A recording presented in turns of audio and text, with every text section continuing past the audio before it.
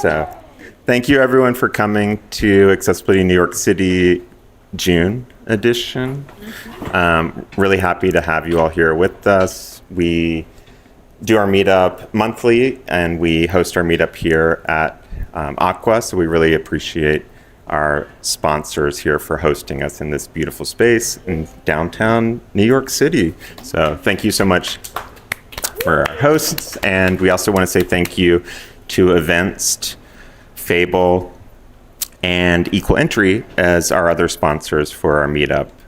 We always have our meetup streamed live on YouTube, so if you are not able to attend in person, you can always watch it either on YouTube in our history, or you can participate live. So we have Meryl Evans today. Thank you. Meryl Evans is going to be monitoring the YouTube chat, and you can also ask questions at any meetup via the YouTube chat.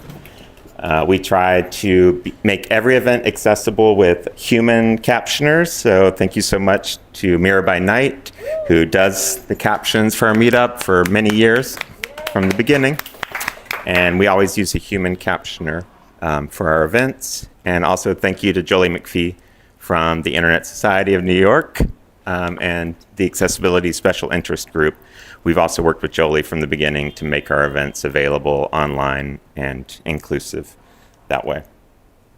Today, really excited for our topic. We are doing a topic I don't think we've had any presentation ever at our meetup on video game accessibility and the thought process of making games inclusive.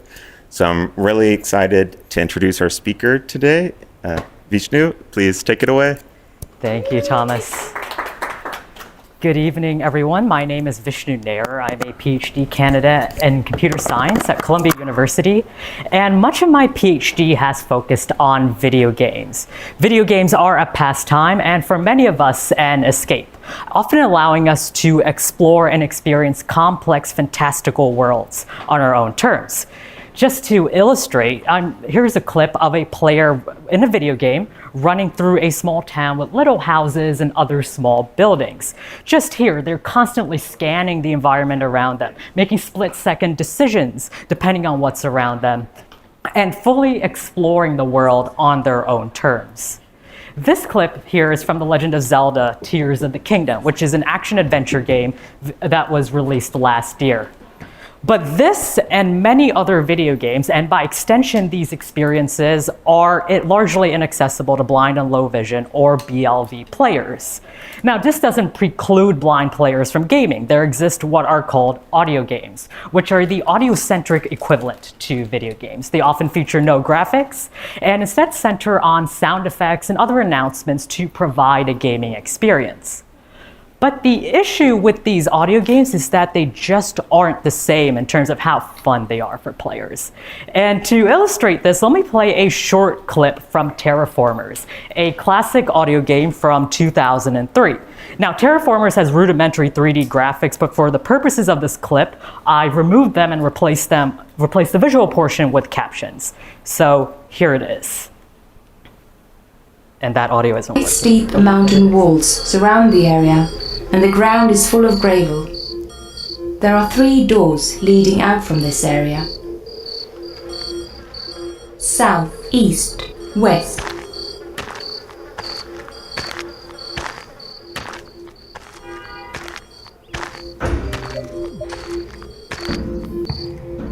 West. So, I don't know about you, but the gameplay here seemed a bit simple. It almost reminded me of one of those old school text-based adventure games. And despite Terraformers being one of the better audio games out there, the gameplay felt linear, it was less dynamic, and it was just less interesting overall.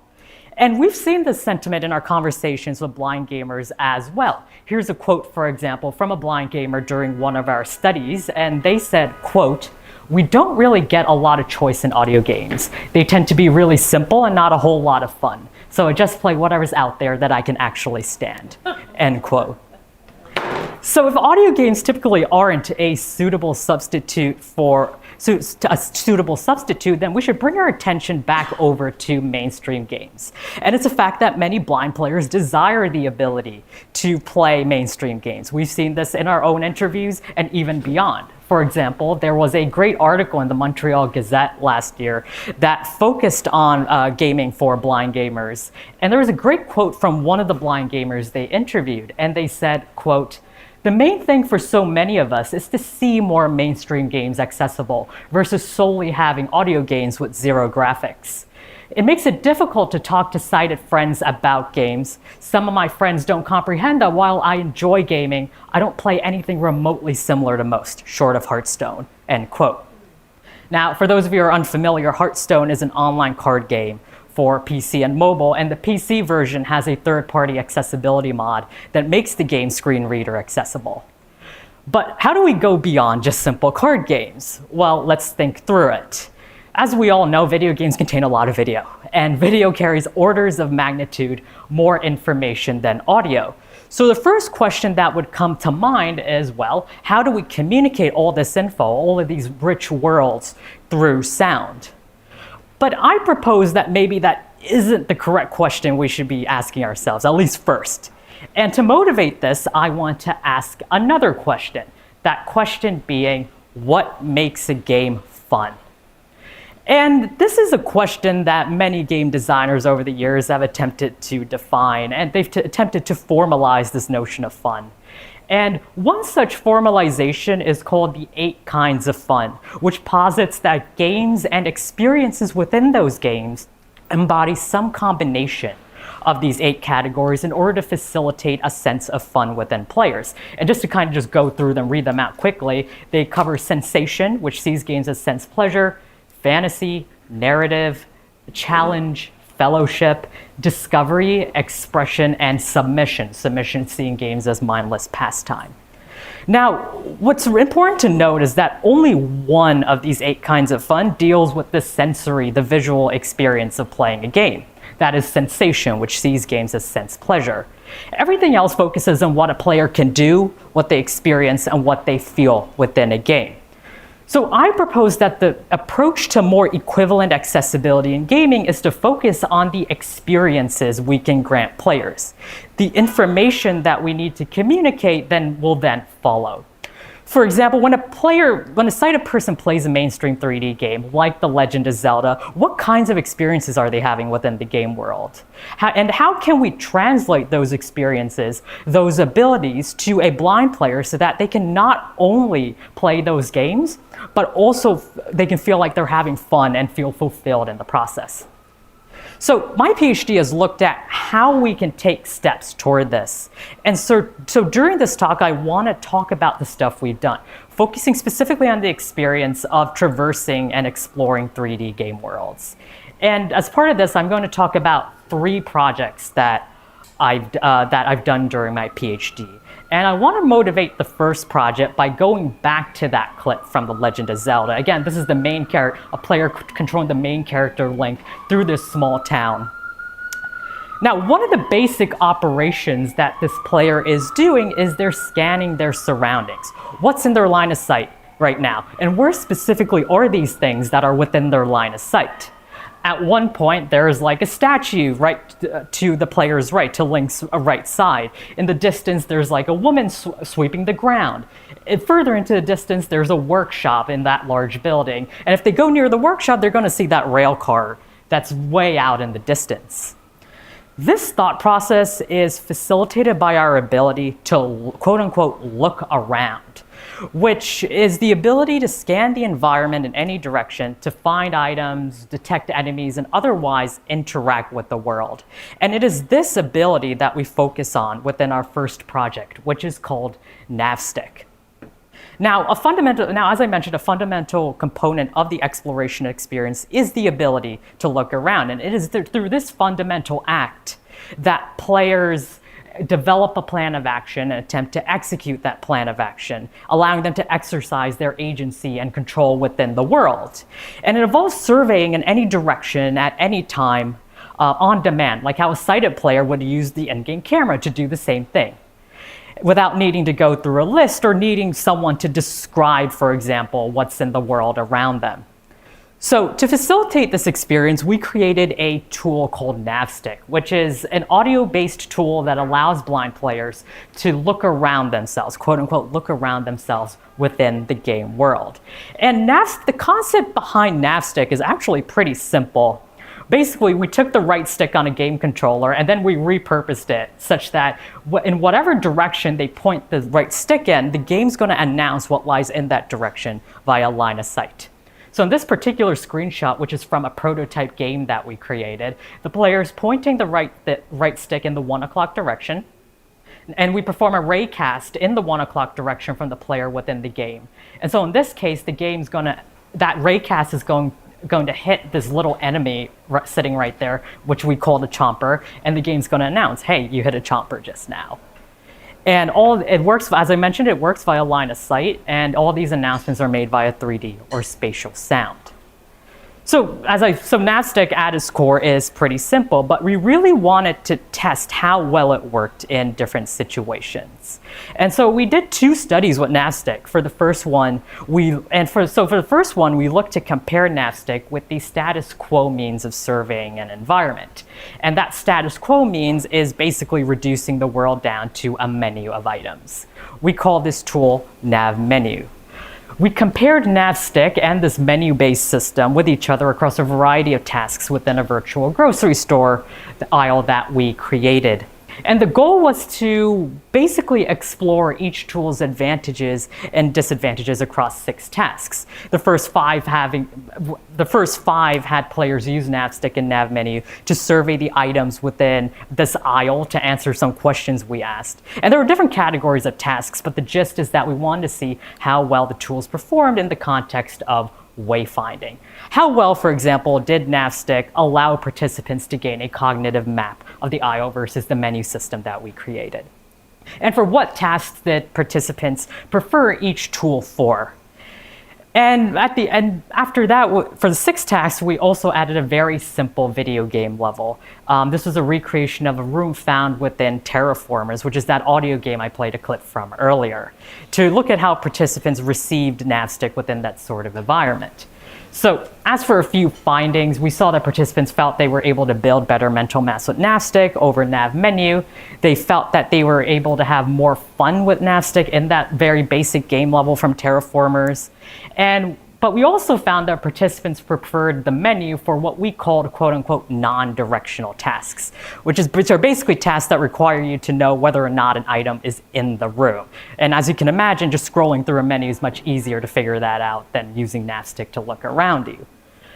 Now, the paper itself has actual numbers to support all of these and more. I didn't want to bore all of you with those numbers, but what I will say is that while it's nice to more objectively look at how well people understand the world using NavStick, it's more interesting to put NavStick in an actual 3D video game where it belongs and see how it performs there. And so that's what we did for the second study, where we custom built a 3D video game that we called the Explorer, derived from Unity's 3D game kit, and integrated NavStick into that game. And using this game as our study's testbed, we had 7 participants use NavStick to help them traverse that 3D game world that we created, avoiding different obstructions and defeating enemies as they wanted using a laser gun. This game world consisted of 8 different segments or shorter levels, and we designed them to possess different environmental characteristics found in 3D games that could pose a challenge to NavStick. This clip right here shows one of these segments, and these characteristics included the movement, different things. So here you have this player aiming their laser gun at all of these different enemies which are moving, so that was one of the different characteristics. There are these large trees scattered throughout the levels that acted as occlusions that could potentially make NavStick a little more difficult to use. And in different other segments, we also had a timer going in the background that added an element of time pressure as well. You can actually watch this video on my website. I'll provide a link at the very, very end.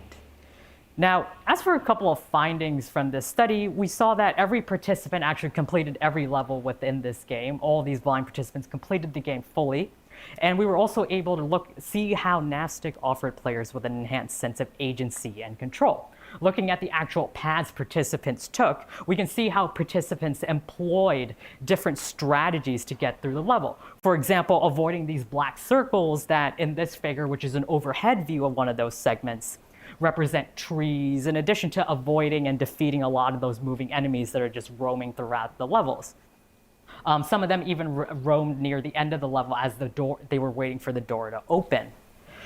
But we also found some of the characteristics, those environmental characteristics that we integrated caused participants some trouble as well. In particular, levels featuring inclusion had some of the highest frustration levels, which makes sense because NavStick in its current form only works via line of sight. And so this perhaps points to needing ways to allow players to almost explore behind or see behind those occlusions. And we kind of get to that a little later. But even despite that, participants constantly remarked that NavStick made the experience of playing the game just fun and enjoyable. As an example, here's a quote from a participant in the study who, like all the participants, was blind, who said, quote, "If you stop to think about it, in most games, the whole point is that you can move the camera. And to me, NavStick was the equivalent of a camera. You're able to see objects around you. You're able to know where they are," end quote. And so that is NavStick. And before I move on, I'd like to mention that our lab is actually working to convert NavStick into a plugin for the Unreal Engine so that developers using Unreal can integrate it into their games to make them more accessible. I think it's almost done. It should be out relatively soon. So if you or anyone you know is looking to make your game more accessible, you might be interested in this. But moving on, that is NavStick, where we looked at that ability, that experience of looking around the game world.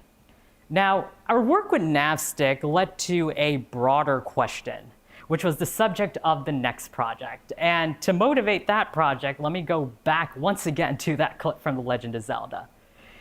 An important part of traversing a game world involves understanding your own state within that world. In addition to what's around you, there are additional questions like, where are you? What direction are you facing? What's the size of the area? What's the shape of the area even? These questions fall under the realm of spatial awareness, what we call spatial awareness, which is a person's awareness of their surrounding environment and how they are situated within that environment. For us as sighted players, we obviously have the use of vision, as well as small tools like mini-maps, for example, to answer those questions. But what could an equivalent tool or tools look like for blind and low vision players that would grant that experience of being spatially aware of the environment? Or even more fundamentally, how well can different tools communicate a sense of spatial awareness to blind players, and what do players desire in terms of the information they want to get? And so that was the subject of our second project, which looked at the concept of spatial awareness tools, or I'm going to abbreviate them as SATs. This is a term we coined to refer to this class of tools. So to start off, let's look at different existing ways of communicating spatial awareness to blind players. One of the simplest techniques for communicating spatial awareness is via the use of environmental cues. For example, if a player hears a waterfall in some direction, then they know that there's a waterfall around them, of course. But using just environmental cues can become overwhelming in much more complex environments that have a lot more audio cues, a lot more going on. And so there exist more explicit approaches to communicating spatial awareness. These include the use of tactile maps and displays, for example, that show the player's current area. This figure is from a paper that introduced a blind accessible game called Shadowrun, which was able to make use of a dot-based touch display to visualize the walls and area around the player. Other approaches include the use of techniques inspired by echolocation, which, for example, The Last of Us is enhanced listen mode, which basically sends out a shockwave around the player so that they can discover the locations of items around them. There's also what NavStick introduced, which is the concept that we refer to going forward as directional scanning, where you just basically select the direction that you want to survey in, and you basically learn what's in that direction. And finally, there's the use of menus, simple menus, like Nav Menu, for example, which just list out what's in the world, and you just point and click and move on from there. Now, these techniques that more explicitly communicate spatial awareness are what we, again, call spatial awareness tools. However, the issue is that we don't know how well each of these SATs facilitate spatial awareness, and we also don't know what aspects of spatial awareness are important to blind players. Now, given that game designers and developers can't implement everything, which of these tools should they pick for their game? And so to answer these questions, we performed another study where you guessed it, we created another video game. Where we implemented the 4 SAT approaches into this 3D game world that we created. We represented tactile maps and displays using a smartphone-based mini-map system. For this system, basically, as the player goes through the game world, the map would pan and rotate along with the player as they move through the game world. So that represented more tactile ways of exploring an environment. We also represented echolocation using a whole room shockwave technique that was inspired by the enhanced listen modes technique. Directional scanning is, of course, represented by navstick, which is basically the same thing I just showed you a few minutes ago. And menus are represented by a simple menu representing the contents of the room, similar to what nav menu did in the navstick study. The game consisted of 4 levels within a dungeon-like environment that we created, and we had 9 blind players go through these game levels using the 4 tools that we created.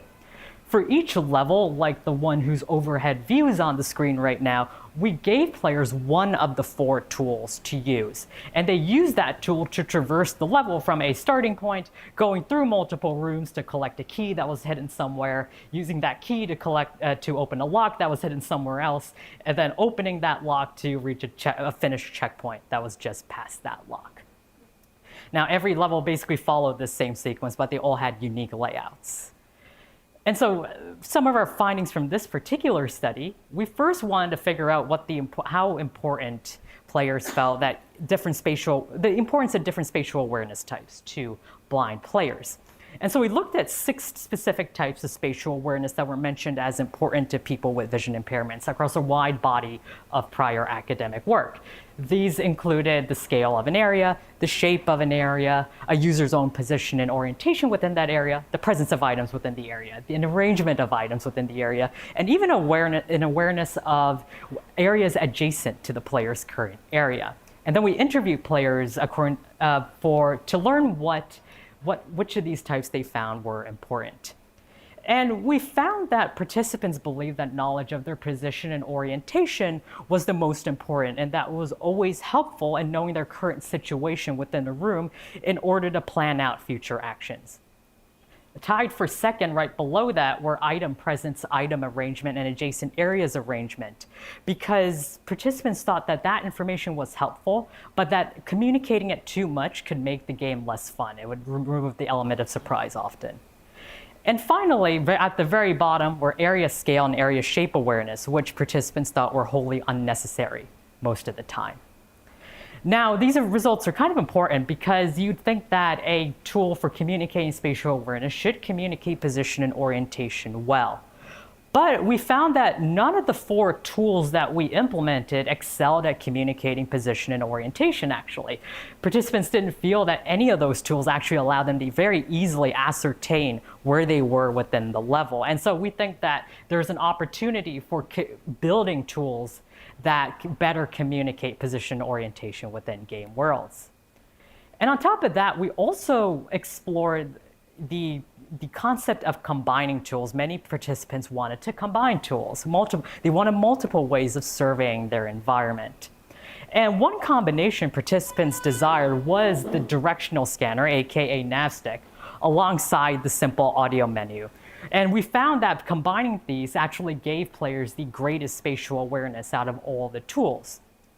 So that was a finding that we had, and participants' desire to mix and match tools also kind of taught us that, customizability is very important, whether through it's like choosing the tool that you want to use, or even turning on or off specific info, or even tweaking the range and sounds of different tools.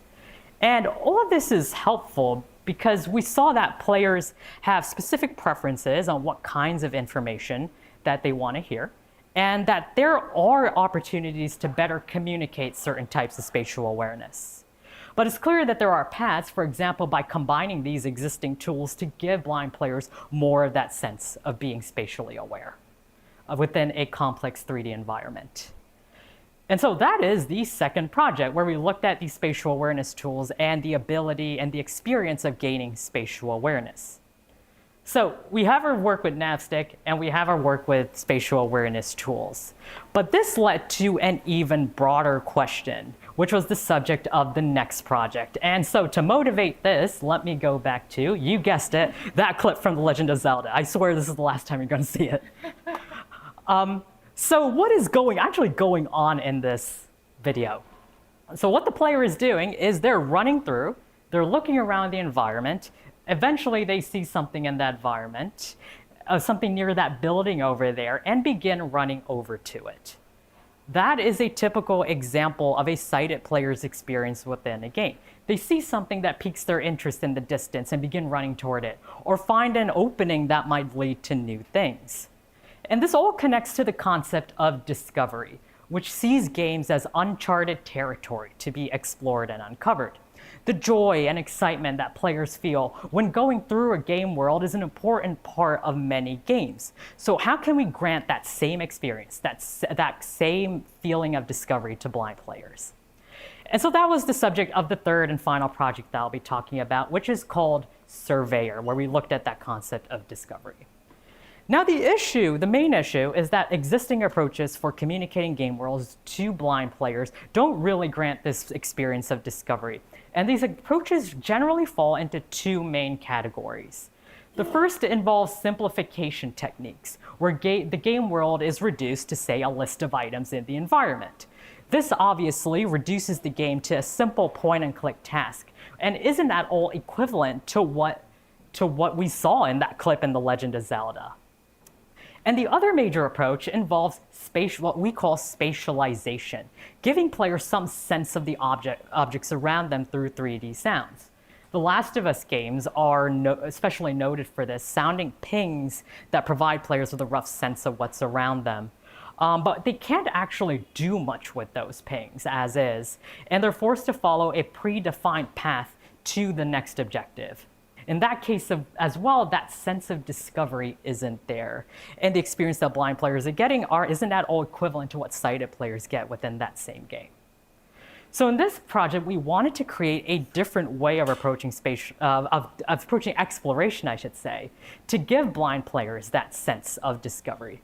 In order to do that, though, we needed to figure out what kind of scaffolding would be needed to achieve this. And so we spoke to a pair of veteran blind gamers as part of a pair of formative interviews to learn about the major abilities that blind gamers desire in order to effectively explore game environments and experience that sense of discovery. And our interviews yielded 3 of these abilities. For the first one, both participants mentioned that they wanted to move through and look around environments rather than rely solely on menus and maps to discover items.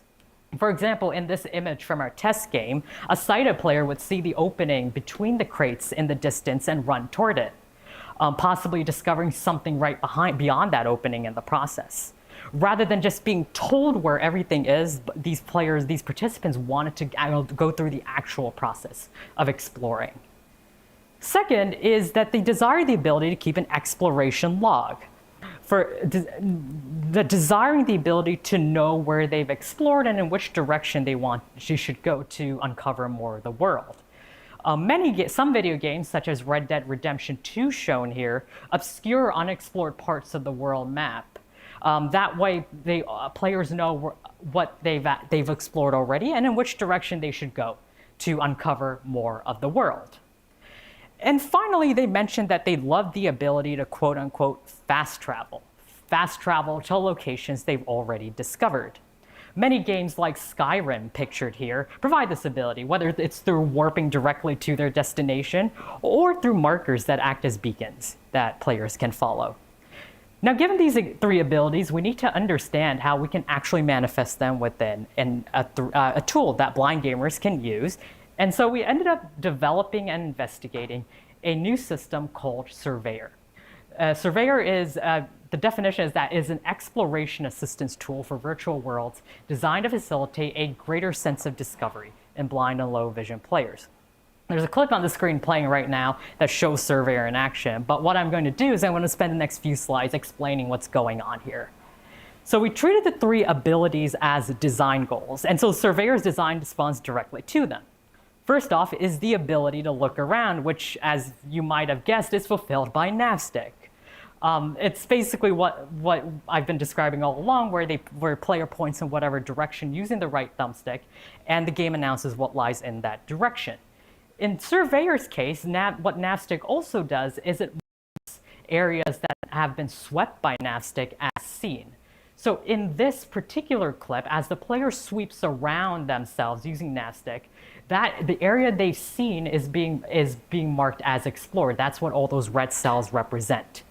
Everything beyond their current line of sight remains unexplored. And this directly hooks into the second component, which is the exploration log. And this is fulfilled by Surveyor's exploration tracking system that we created. And so let's just dive directly into what's going on here. So here's that same room that I've been showing with the player's initial scan complete. Everything that was in the player's line of sight from where they are right now and that they swept using Navstick is marked as explored. Everything else that wasn't in their line of sight, for example, the area behind the large crates, remains unexplored because it wasn't in their line of sight. In this particular room, the player's goal is to find and collect a key card located behind the crates. And in this visual, I'm just going to spin our point of view so we can more clearly see the key card. The best way for a player to discover or find that key card is to go to the very edge of the area they've explored. That edge is effectively the cusp of the unknown. It is basically the edge of what they know right now, kind of like that fog of war mechanic I was talking about. And so Surveyor's primary objective is to highlight these edges, and it does so through a specialized menu system that we created. This menu system not only communicates these unexplored edges that potentially hold like items and other things beyond them, but also landmarks that the player has seen, as well as information about rooms that are within the player's current knowledge base, but that they might not have explored or that they might have fully explored so far. So players can select anything within this menu to be guided there via audio beacons. So in this particular case, the player decides that they want to explore the first patch within the menu, they select it, and then a series of audio beacons lead them to that edge. And when they're at that edge, they can use Navstick to survey around them, at which point they'll find that key card, they'll discover it. So that is Surveyor, and again, I have videos with audio showing how this works, and I'll provide a link at the end that actually contains these videos. So now that we designed Surveyor, we needed to understand how well it worked, and so as you might have guessed, we've created another video game to test our tools. In this particular study, we wanted to see how well Surveyor facilitates discovery, and how the experience with Surveyor differs from existing in-game tools. I'm showing a couple of these sci-fi industrial environments. Those are directly from the game world that we created. Now, we had 9 blind participants in a fully remote study, as are all of our studies, make their way through 3 of these game levels using Surveyor and 2 other tools representing the status quo. And we've seen these tools before. One of them is the simple audio menu, which represents those simplification techniques that I talked about. And the other is a shockwave utility, which represents the spatialization techniques, such as the ones found within The Last of Us. Now, as for a few findings from this study, participants generally thought that they had a stronger sense of agency in exploring the world with Surveyor. Participants felt encouraged to explore the levels more, and we could see this actually in the raw paths they took. For example, in this particular visual from the starting segment of level 2, all 3 participants who used Surveyor actually explored the entirety of these rooms, including the side rooms off to the left, before moving on to collect the key at the top. Whereas only 2 of 3 participants, only 1, I should say, participant who used the audio menu explored the entirety of the area, and no participant who used the shockwave explored the entirety of the area. Participants who used the menu were able to just select where they wanted to go and just went straight there. And the shockwave didn't provide any information about the side room, which is exactly how The Last of Us's enhanced listen mode worked. With the simple menu, participants found the simple audio menu to be much simpler to use than Surveyor, as you can probably tell by the name.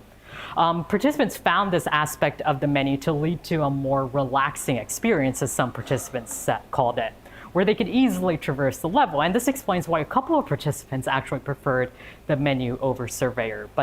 But some of them also noted that they need more time to get used to Surveyor as well. This whole study session was only 90 minutes to use all three tools to get through these levels.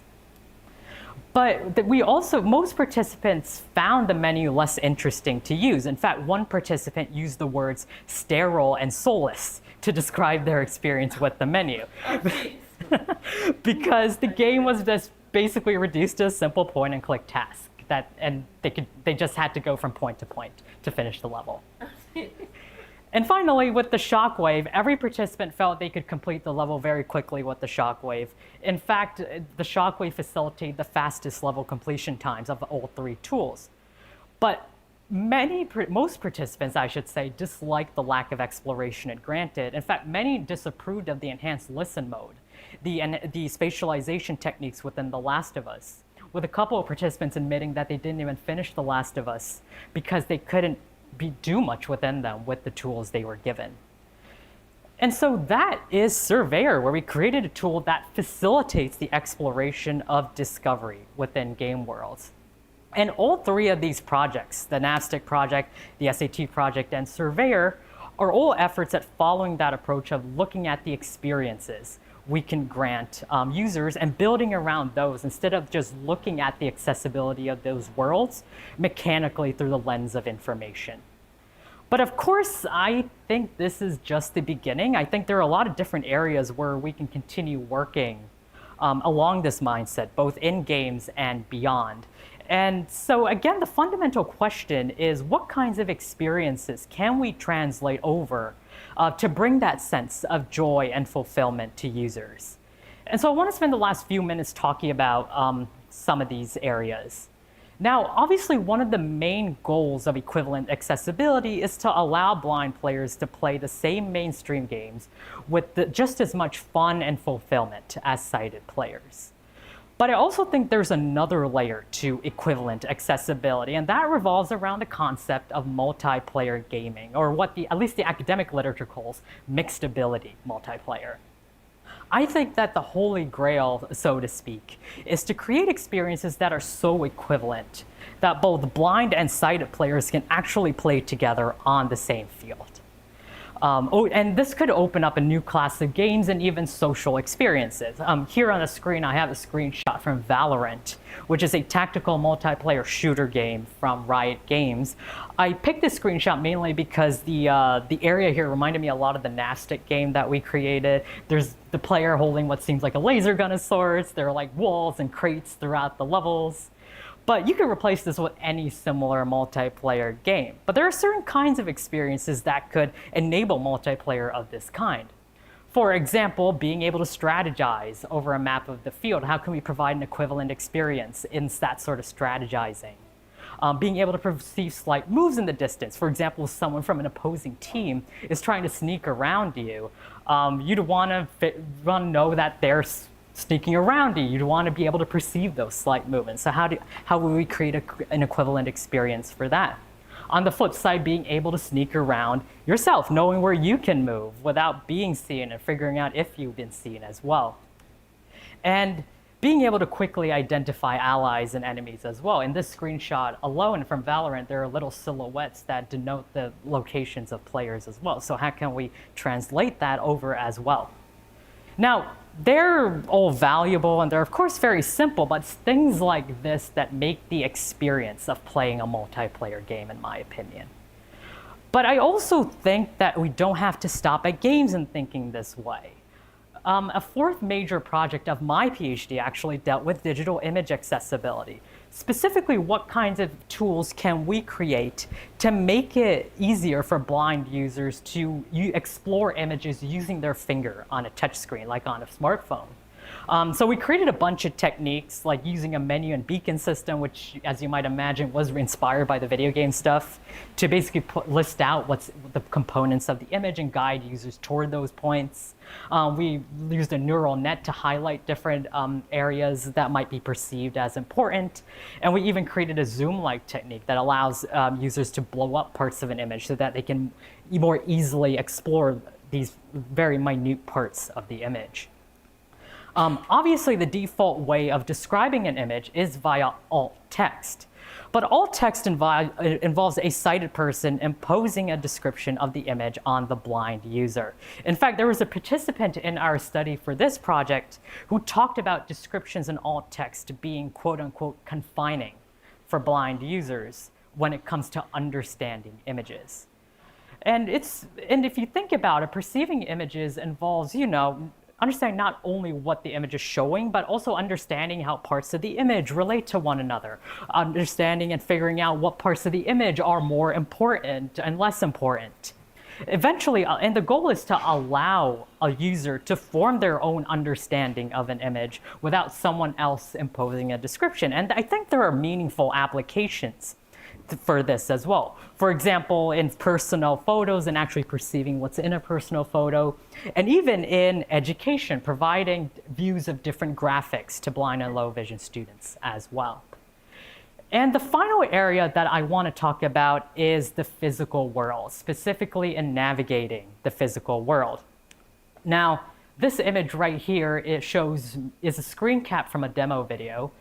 It is me from 6 years ago, actually, testing out a turn-by-turn indoor navigation system that I created for blind and low vision users. I worked on this project for like 2 or 3 years of my undergrad as part of my research.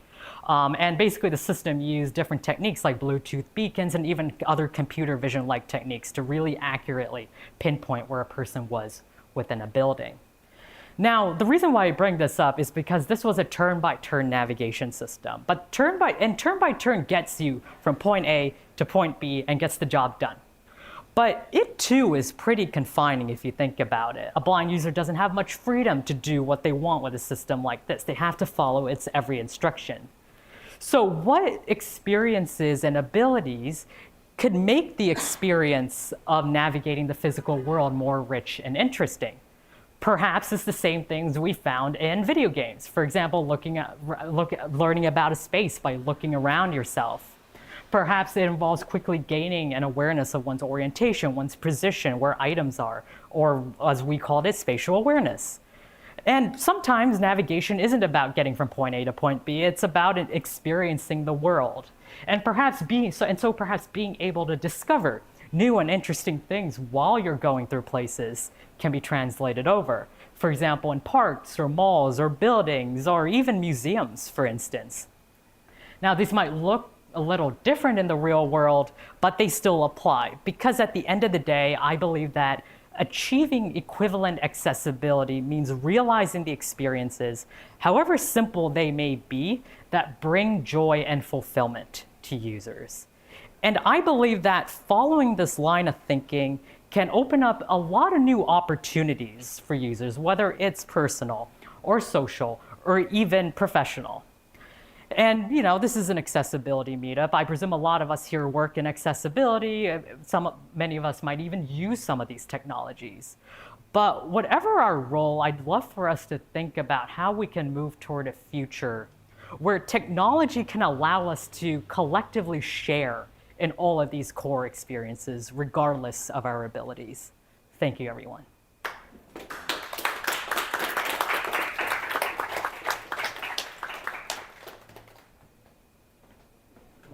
Right.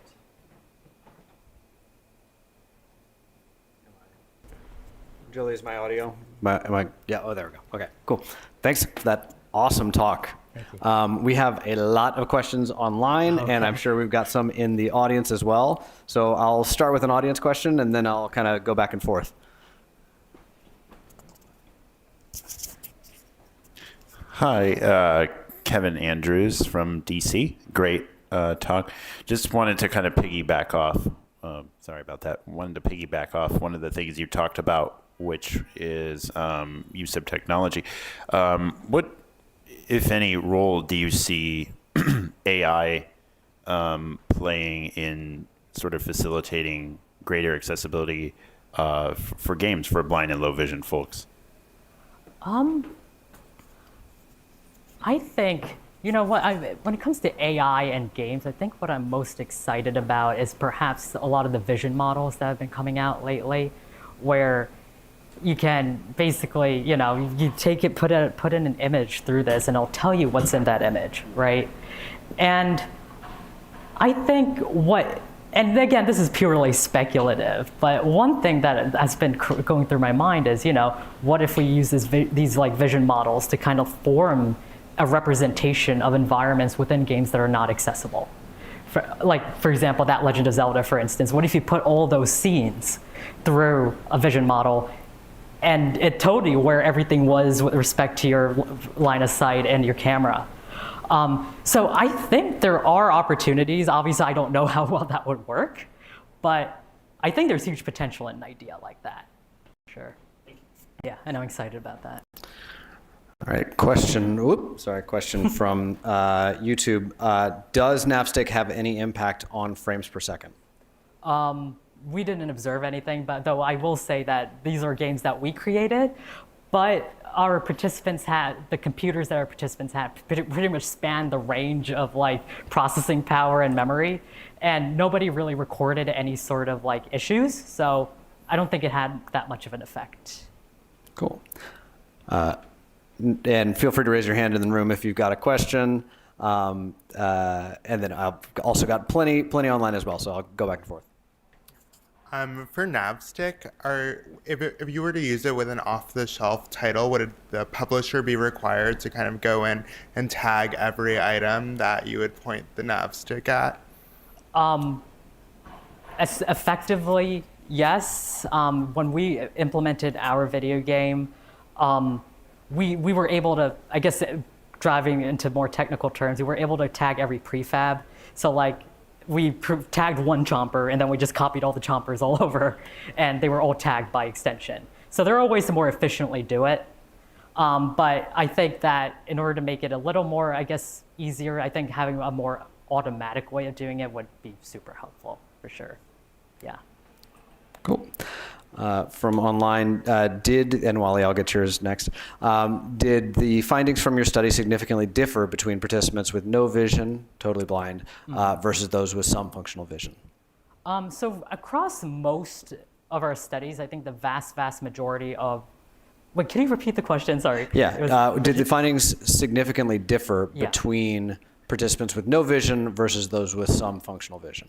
Some functional vision. Okay, so I think across most of our studies, everyone was totally blind, completely blind. I think a few folks had some light perception as well, though we didn't find any differences in that in that case as well. Cool. Wally? Yeah. Sorry, I sneak past you. There you go. Question about, handling sort of cognitive overload when you're using whether Nastic or Surveyor, and it's telling you, well, we didn't hear how it sounds, so I'm not sure what it sounds like, right? Is it a screen reader? Is it audio cues? How does it work? That's one question, but also, how did you manage cognitive overload? Because what if there's 50 things, no, not 50, but let's say like 5-6 things in front of you. How do you handle that, right, in real time, where users are, trying to just flow through the game and do things kind of quickly and not just sit there and take in one object at a time, so to speak. Right. So in terms of how Napstick works, it basically, again, you can customize this, but how we implemented it for some of our studies was that it read out a description of the item. So the instant you point to it, it starts reading out that description. And then the moment you point away from it, it stops reading that description, so it cuts off at that point. And if there are a lot of objects around you, then you will hear all of those objects. Though if they're all in front of you, then they basically get clustered together into like this sort of like they're like for 3 chompers in front of you or things like that. So yeah, so I guess in terms of cognitive load, I don't think anyone from I don't, at least I don't remember anyone from the study specifically mentioning that. I think they all liked it. But yeah, I don't know if there's, I don't know if that answers your question. But yeah, I should also plug the fact that on the screen right now, there's a QR code with a link to my personal website, and this page specifically has all the NavStick and all demo videos for all the projects. So yeah. Can you read off? Yes, I can. Yep. It is nairvish, nairvish.com/playing field with no spaces. Another one from online. Fallout 4 has fast travel. However, if you go into the harder mode, it disables it. I'm curious to know if gamers feel that fast travel makes the game easier or not.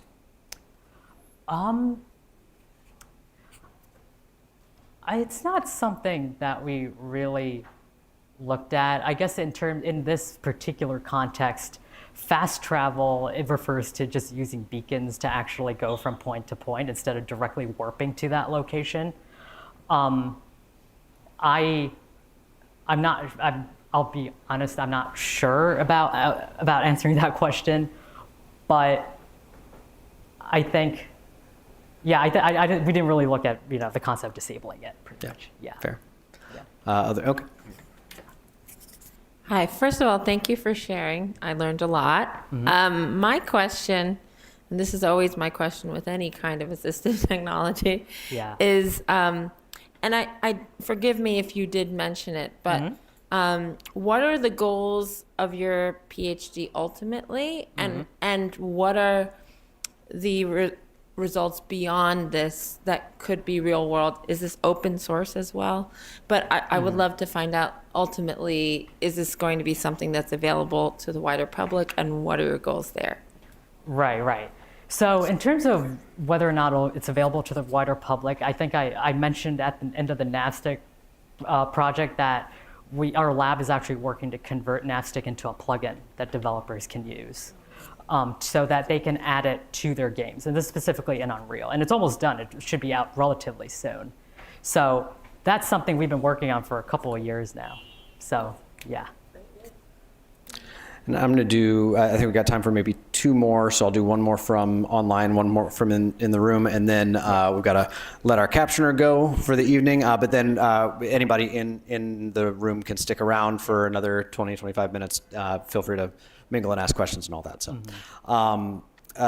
from online, how fast were players able to use the SATs, and I can see SATs slowing down the game play, especially for action games. I think you covered that a bit, but do you want to speak to that a little more?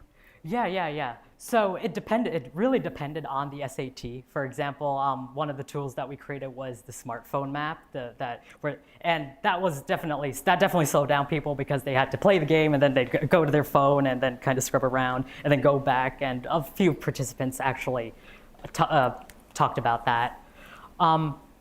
In terms of the other ones, NavStick, Shockwave, and the menu, I definitely do not remember the exact completion times. It might be in the paper, but I don't remember them significantly slowing down players, especially NavStick, since it works in real time pretty much. Does that have any impact on time-based task completion, or is that something that you looked at? I don't. I don't necessarily know, to be honest. I will say that for the second NavStick study, we did add those elements of time pressure, and it didn't really cause any issues, to be honest. I think the participants weren't frustrated at all with the timer in NavStick. Yeah. We'll do one more from in the room. Right? Oh, sorry. Go here. Hi. When is the best way for us to follow this work? You said in a couple of years, or in a couple of years, I forgot, NavStick will be available as a plugin for developers. How can I follow along with that? So you can basically follow our our lab, the Computer Enabled Abilities Lab at Columbia. It is and I can give you the link and stuff as well, but it is our lab that's working on that effort, and then once it's out, we can pretty much let you know. And if you follow our lab's works, we do a lot of work in accessibility, actually. So that should be the easiest. That will be the easiest way. Computer enabled what? Abilities Laboratory, or CEAL, SEAL. Okay. Yeah. Computer Enabled Abilities Lab? Yes. Yeah. Awesome. Okay, we are a bit over time for our live stream, but thank you again. Thanks for the great participation online and in the room. Few last things. Thanks for everybody who attended. We love this community, and we get great turnout and different folks every time, and really appreciate everybody coming out and everybody online. Meryl Evans will post written recaps on equalentry.com for what was covered tonight, so keep an eye out for that. Our July event, we're still buttoning up the details on that, so keep an eye on the Meetup page for announcement, probably within the week on the date and topic for that. Thanks to AKQA for providing the space and hosting for the evening. Thanks to our sponsors. Equal Entry is an accessibility consultancy. Evinced, they provide automated accessibility solutions to identify accessibility issues in web and mobile and other things.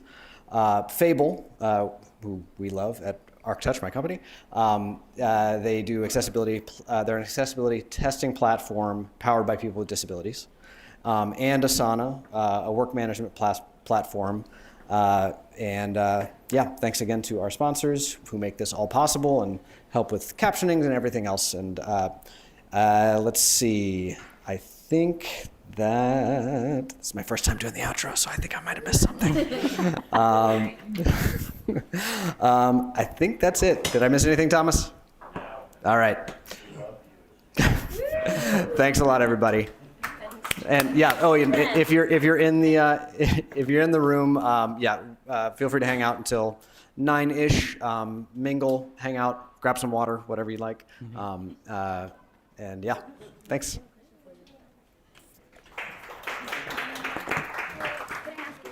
Mm-hmm.